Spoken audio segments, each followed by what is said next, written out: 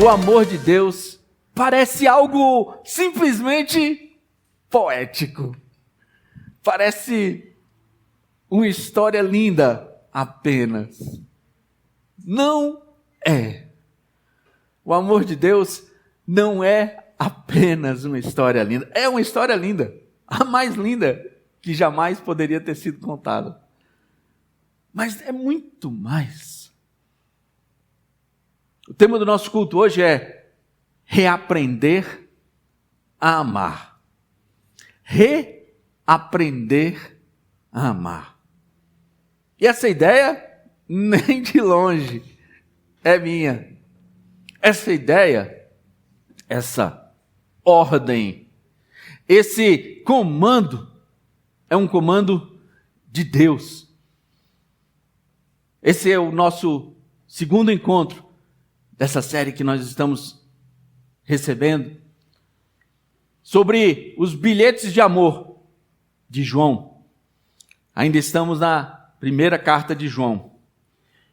Deixa eu lhe falar, você sabia que fora o livro de Salmos, se você, exceto o livro de Salmos, o livro de 1 João, que só tem 5 capítulos, é o livro que mais contém a palavra amor na Bíblia. O único livro que tem a palavra amor, que contém a palavra amor mais vezes na Bíblia é o livro de Salmos. Mas Salmos, não sei se você lembra, são 150 Salmos. Em 5 capítulos, João falou mais vezes do amor do que em todos os outros livros da Bíblia. E ele sempre utilizou aquela palavrinha em grego, que você já deve ter ouvido falar, aquela que se refere ao amor de Deus. São 45 vezes, se eu não estiver enganado. Só em 1 João.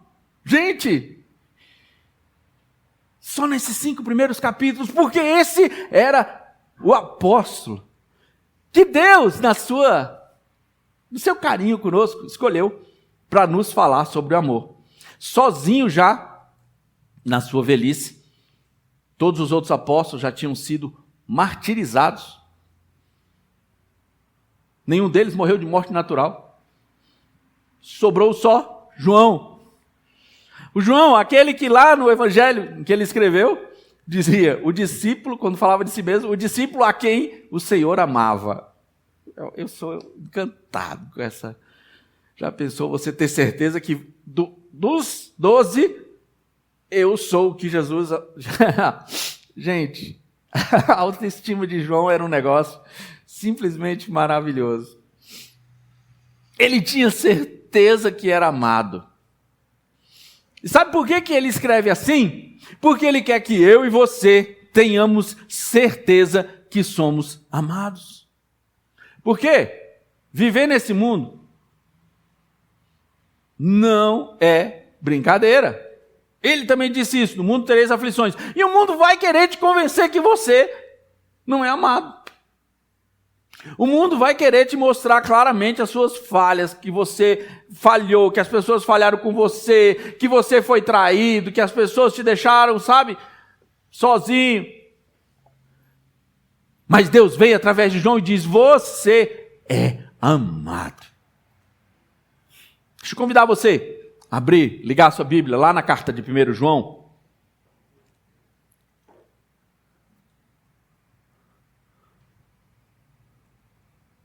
Nós já lemos esse trechinho do capítulo 2, na mensagem do domingo passado. Começando no capítulo 2, verso 1. Ele diz, filhinhos meus, estas coisas vos escrevo para que não pequeis. A carta de 1 João, ela é tão linda, porque ela é para pessoas que precisam das coisas escritas claramente. Eu não sei se vocês se lembram, eu já contei para vocês, quando eu era pequeno, a minha irmã é 8 anos mais velha que eu, meu irmão é quase 10, então eu era aquela criancinha que fica olhando para os irmãos mais velhos, né? Aí um belo dia eu peguei os dois conversando, e um dos dois, não me lembro qual dos dois, olhou para o outro e disse assim, eu acho que foi a minha irmã, que olhou para o meu irmão e disse assim, ele era humano, ela era mana, Acabou, eu era o André. Acabou, né? Então, né? Aí ela olhou para ele e disse assim, mano, você tem que ler nas entrelinhas. Rapaz, aquele negócio me atormentou durante alguns meses, porque eu não perguntava. Eu queria descobrir o que era ler nas entrelinhas. Obviamente, eu fiz todo tipo de experiência, coloquei livros contra uma vela, no espelho, queria ler, pegava lupas e não tinha nada nas entrelinhas, né? Criancinha. Pois bem, João não escreve nas entrelinhas, ele coloca ali, ó, escrito, tá ali. Para que ele escreveu essas cartas? Ele disse, filhinhos, e ele fala filhinhos porque a essa altura ele é um homem de mais de 80 anos, e para quem tem mais de 80 anos, quase todo mundo é uma criancinha, né? Um filhinho, né? Então assim, filhinhos, essas coisas eu vos escrevo para que não pequeis. É para não pecar.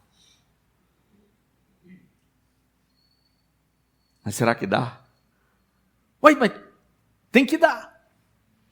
Na mensagem de domingo passado, eu disse uma frase, e vou repeti-la aqui. Quanto mais tempo a gente caminha com Deus, menos a gente tem que pecar. Essa é a verdade. A gente não pode viver fazendo as mesmas coisas de quando a gente não sabia, de quando a gente não entendia, de quando a gente era novinho na fé. Filhinhos, essas coisas vos escrevo para que não pequeis. Ele está escrevendo essa carta para que eu e você não pequemos. Opa, quase errei o tempo verbal aqui. Pequemos. Para que mais? Vou convidar você para ir lá no finalzinho da carta, no capítulo 5, no verso 13. No final, a gente chega lá, no capítulo 5, mas hoje eu vou só o verso 13 do capítulo 5. Diz assim, estas coisas vos escrevi a fim de saberdes que tendes a vida eterna. Eu não ouvi um amém. Vamos de novo. Estas coisas vos escrevi a fim de saberdes que tendes a vida eterna. Amém. A vós outros que credes em o nome do Filho de Deus. Sabe o que João está dizendo? Lembra que eu falei domingo passado? A carta de João é tipo assim, bate e assopra. Bate e assopra. Ele manda real. Ele acabou de dizer, e a gente usou no nosso momento da confissão, se você disser que tem comunhão com Deus, e continua odiando seu irmão, você está mentindo. E a verdade não está em você. Ele não alisa. Mas ele não quer que eu e você fiquemos desanimados. Então ele já está dizendo, olha, eu estou dizendo isso aqui, mas é para você saber que você tem a vida eterna. Mas gente, você já me ouviu pregar isso mais uma vez. O objetivo de Deus não é simplesmente a sua vida eterna. Se fosse assim, você era salvo e morria. Pronto. Se o objetivo fosse a vida eterna, a vida eterna você já tem. E você vai passar na eternidade, se você confia, como João diz, se você crê no nome do Filho de Deus. Mas tem outras coisas. Tem algo mais. Tem algo mais. Hoje nós vamos falar sobre algo que João quer que eu e você entendamos, que eu e você precisamos reaprender a amar. Volte lá para o capítulo 2, comecinho, e ele diz assim, se todavia alguém pecar, temos advogado junto ao Pai, Jesus Cristo, o justo. E ele é a propiciação pelos nossos pecados. E não somente pelos nossos, e tem mais. E não somente pelos nossos, mas ainda pelo mundo inteiro. Temos advogado junto ao Pai. Interessante que hoje em dia, a noção de advogado é absolutamente clara para todos nós, né? Todos nós sabemos o que é um advogado. Nós temos, inclusive, diversos aqui, né? Advogado. Não é exatamente a mesma noção, mas aquelas pessoas tinham a noção. Sabe o que era a ideia que o grego tinha do advogado? Eu tomara que os bacharéis não me corrijam agora aqui, mas vou me arriscar. Mas vamos lá. Era alguém que voluntariamente ia e intercedia e argumentava perante um juiz a respeito de alguém que estava sendo acusado. Não era exatamente uma profissão como nós temos agora formalizada, mas era alguém que necessariamente tinha que ter credibilidade para falar em nome de um infeliz que estava numa situação triste. E veja bem, quando a pessoa se colocava, ela já colocava o seu nome em relação com aquela pessoa. Porque não era necessariamente uma relação de trabalho. Era porque alguém queria falar por alguém. E João está dizendo, filhinhos, não pequeis, mas se todavia alguém pecar, não se preocupe, nós temos um advogado junto ao Pai. Ele coloca o nome dele em jogo, por mim, por você. Um escritor, certa vez, escreveu mais ou menos assim, essa ilustração não é minha, eu não sei exatamente o nome do escritor, mas a ilustração é assim, é como se, lá no céu, no tribunal, alguém chega lá, um pecador, e Deus, justo juiz, olha para o advogado e diz, quem é essa pessoa? E o que aconteceu? E o advogado olha e diz, é um pecador. É um pecador que aqui declara a sua culpa.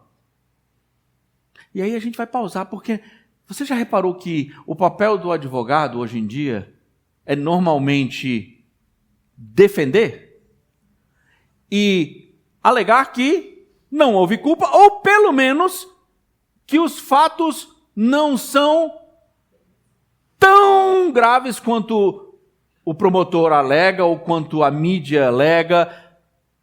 Ele tenta amenizar a pena.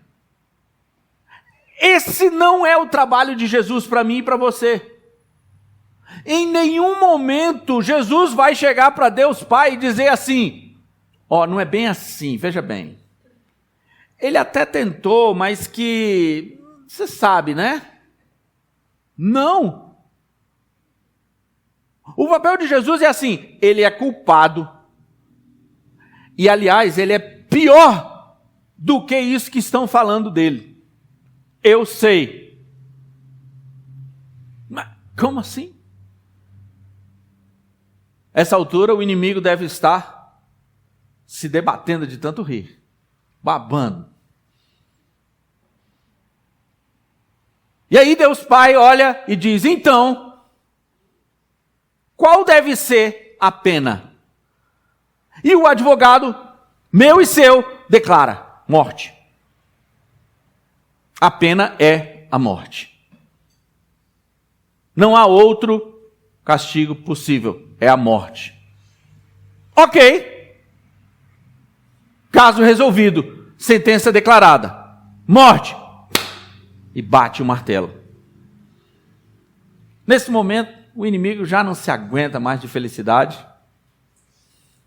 E o advogado olha para o juiz e diz, com licença, eu posso me aproximar do senhor? Sim, pois não. E o meu advogado e o seu se aproxima e diz, papai, esse pertence a mim. Esse aqui é meu. Eu paguei a pena dele, lembra? Lá na cruz, quando eu tomei o pecado dele e até o Senhor precisou se afastar de mim, esse aqui é meu. Eu já paguei. E o juiz olha, bate o martelo de novo. Caso encerrado. A pena foi cumprida. Próximo. Esse é o seu advogado. Filhinhos, não pequeis, mas se você pecar, você tem um advogado. Ele não vai esconder, mas ele vai dizer: eu já paguei, esse é meu, esse aqui é daqueles pelos quais eu paguei. Ok. Deus não seria Deus se a pena não fosse paga. Deus não seria Deus justo, reto e soberano se a pena pudesse ser esquecida. Não. E João continua: Ele é a propiciação pelos meus pecados e os seus e os do mundo inteiro. Ora, sabemos que o temos conhecido por isso, se guardamos os seus mandamentos. Eita.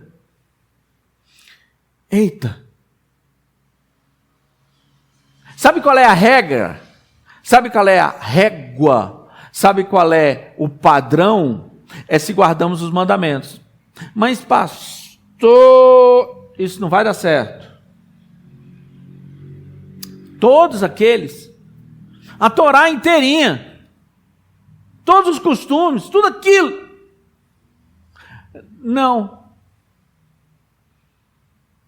basicamente 2. Pois neles 2, toda a lei se cumpre. Amarás o Senhor teu Deus sobre todas as coisas, de toda a tua alma, de toda a tua força, de todo o teu entendimento. E a teu próximo, como a ti mesmo. Lembra da mensagem? Lembra do tema? Reaprender a amar?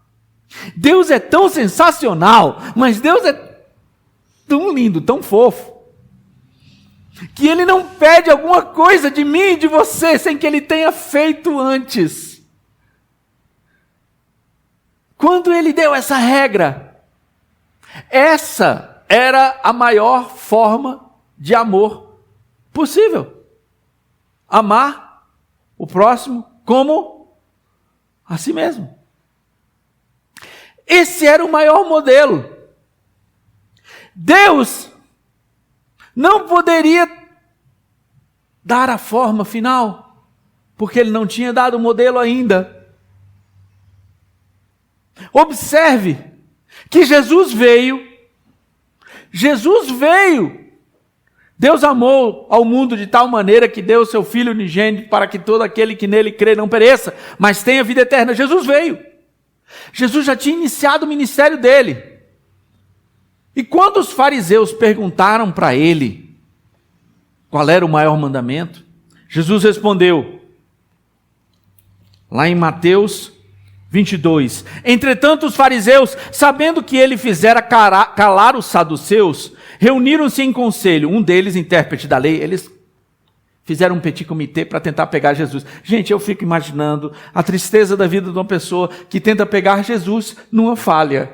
É uma vida muito infeliz, não é? É um objetivo de vida triste. Pegar Jesus numa falha, numa pegadinha. Triste. E a gente faz isso tantas vezes, né? Vamos lá.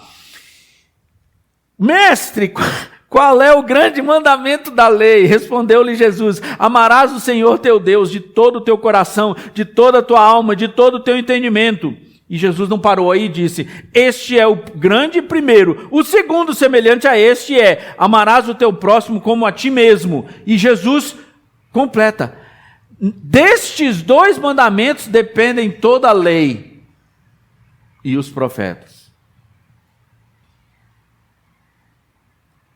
Jesus já estava no ministério dele, e ele ainda disse isso. Mais tarde, Depois de ele ter mostrado como é que era para amar, no final do ministério dele, lá no finalzinho, em João 13, já depois, antes de ir para a cruz, o ministério de Jesus já tinha acabado, ele já tinha mostrado como era.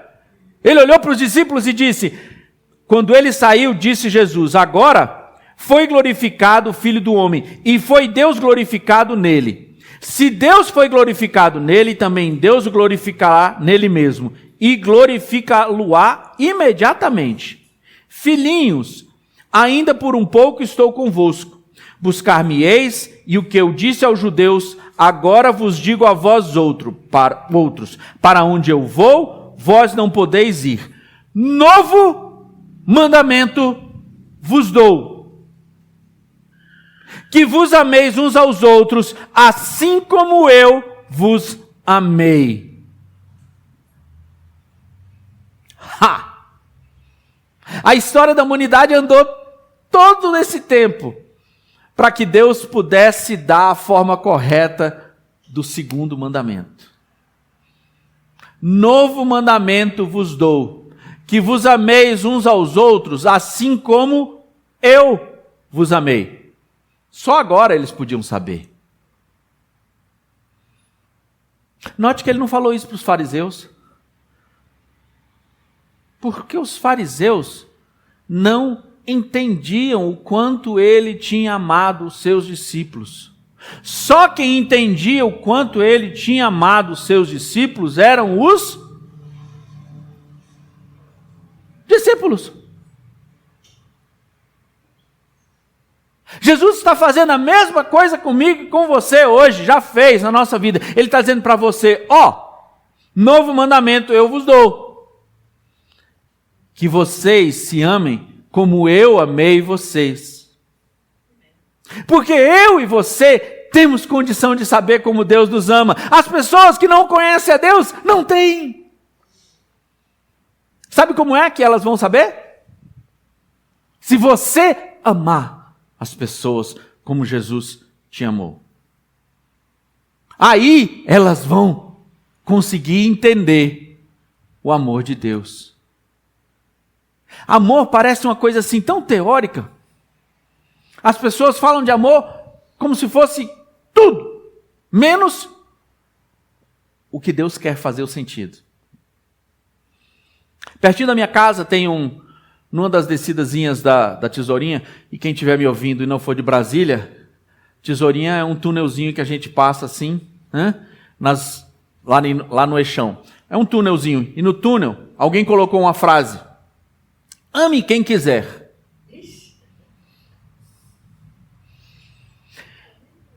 E o mundo acha lindo. E você não precisa ficar chateado com isso. O problema é que a igreja fica chateada quando o mundo não conhece a vontade de Deus. Mas a igreja não vai lá para mostrar qual é a vontade de Deus. Ame quem quiser parece uma orientação de liberdade. E certamente Deus nos quer livres. Mas não, essa não é a ordem de Deus. A ordem de Deus é para nós amarmos a todos. Essa é a liberdade. A liberdade não é de eu não sou livre porque eu amo a quem eu quero. Eu sou livre porque eu sou livre para amar até a quem eu não quero.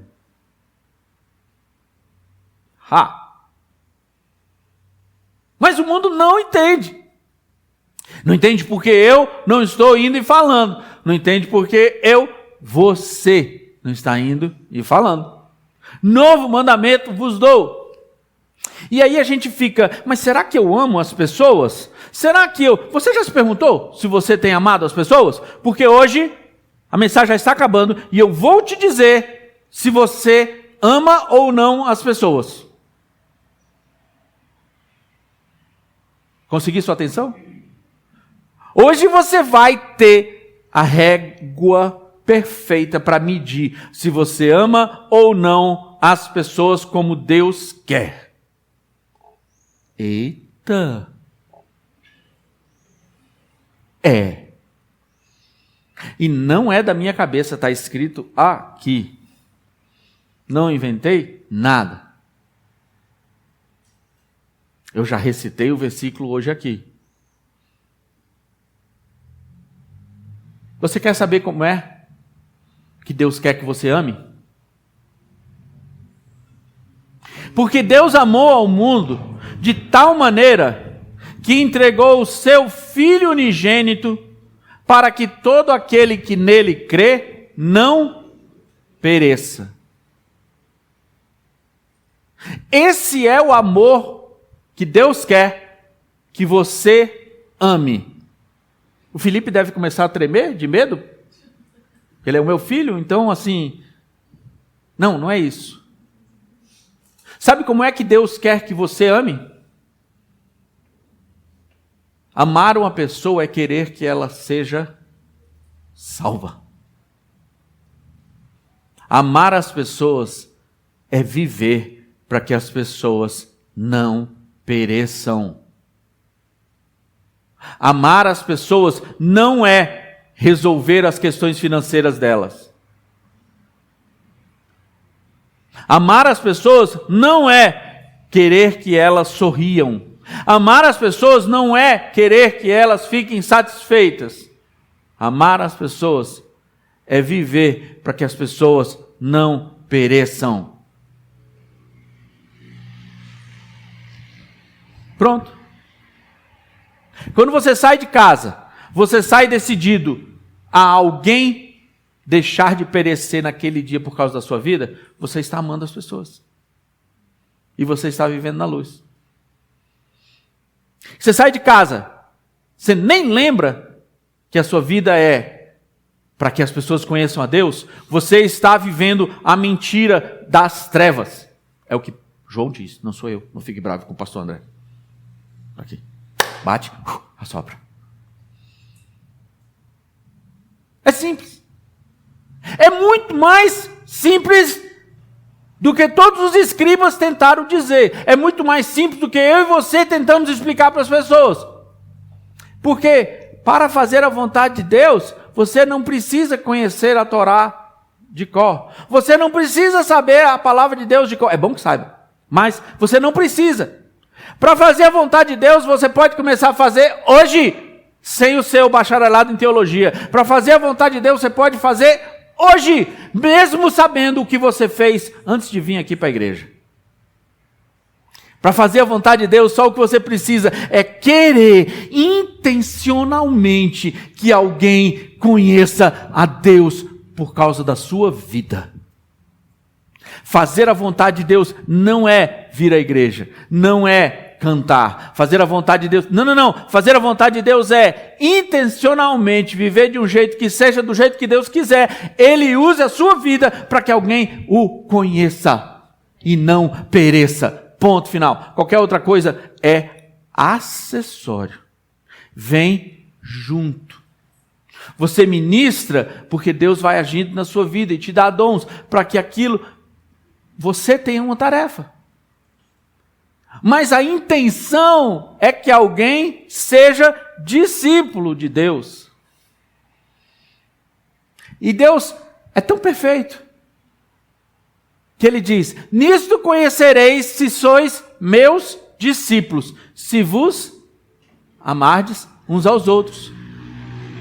E Ele continua e diz: se vocês se amarem, o mundo saberá que Jesus é o Filho de Deus. Sabe como é que as pessoas vão saber que Jesus é o Filho de Deus?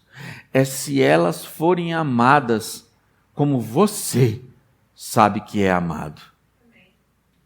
Mas elas já são, pastor. Deus ama. Eu sei, mas elas não sabem disso. É você que tem que falar.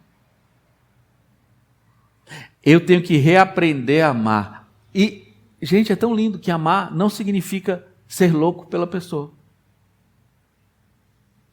Amar não significa gostar.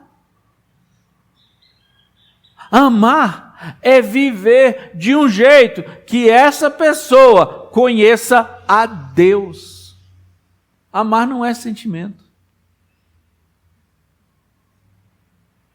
Amar é uma decisão. Você pode até não ir com a cara do seu amigo. Conhecido, né? Se não vai com a cara, não vamos chamar de amigo. Mas viva de um jeito que ele venha a conhecer a Deus através da sua vida. Aí dá. Gostar de todo mundo parece um negócio assim fora da minha capacidade. E é. Deus não manda. Não há esse mandamento. Gostai de todos. Não existe esse mandamento. Não existe, mas existe. Amém. Amém. Se eu não intencionalmente quero fazer com que as pessoas conheçam a Deus, eu não estou andando na luz. Eu estou me enganando que estou andando na luz, mas eu não estou. João está nos avisando. Amar é algo que precisa ser reaprendido. A igreja precisa reaprender a amar. Eu preciso reaprender o que é amar. Cada um de nós. Filhinhos, não pequeis. Se amar é isso, o que é pecar?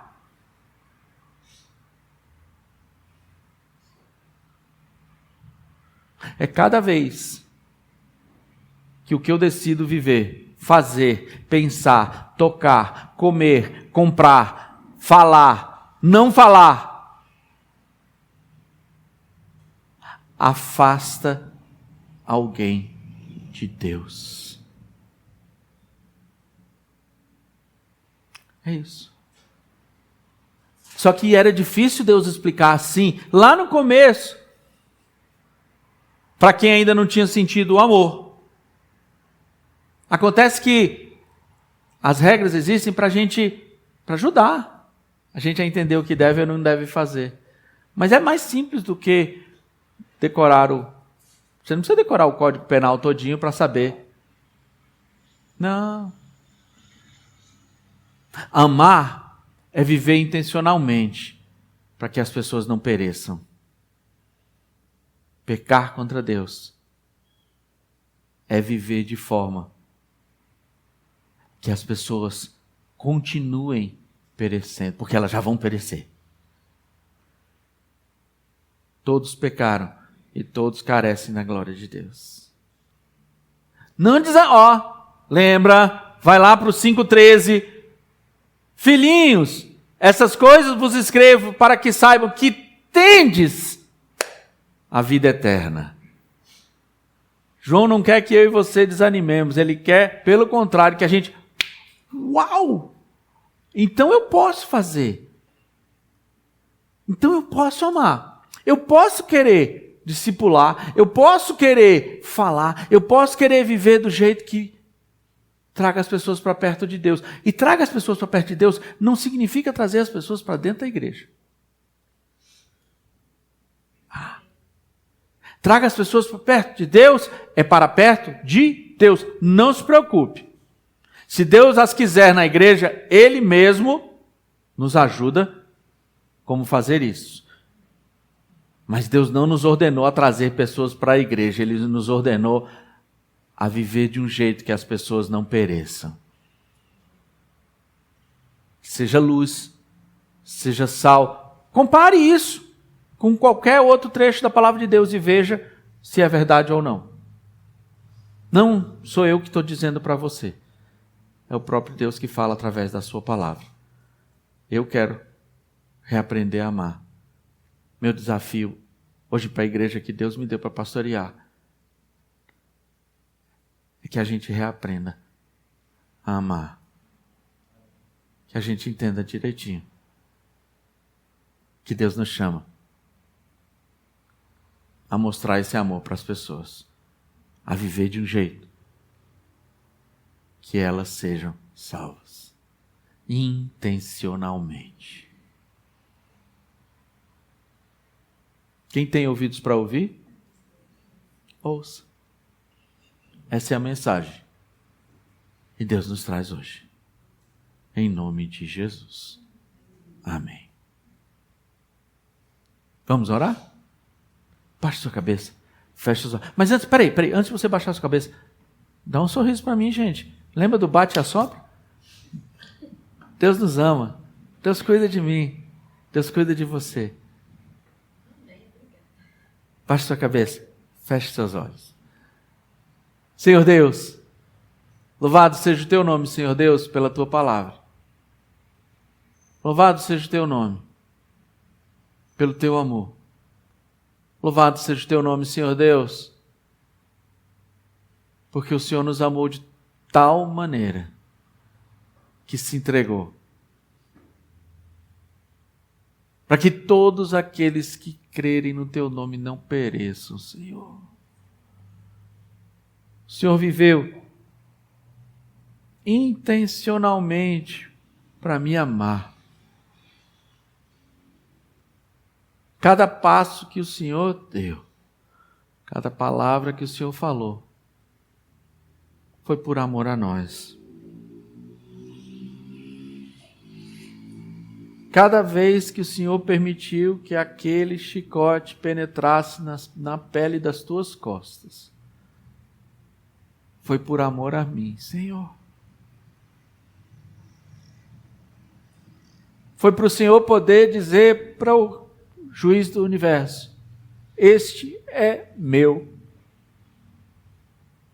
Eu comprei. Cada vez, Senhor Deus,